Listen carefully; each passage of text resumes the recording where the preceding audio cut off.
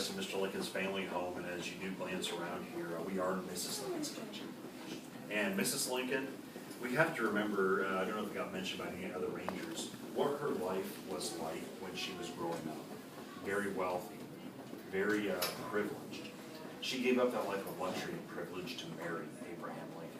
So just as Abraham Lincoln taught himself how to read and taught himself how to practice law, Mrs. Lincoln would have had to teach herself how to take care of a home and how to cook and clean. So she worked equally inside of the heart inside this house as that homemaker and as that mother, as Mr. Lincoln did as a lawyer and politician. So this was really her domain. Even though once they worked hard and elevated their status, they could afford enough money to pay the services of a hired girl to hire that young lady and pay her to help Mrs. Lincoln with the chores.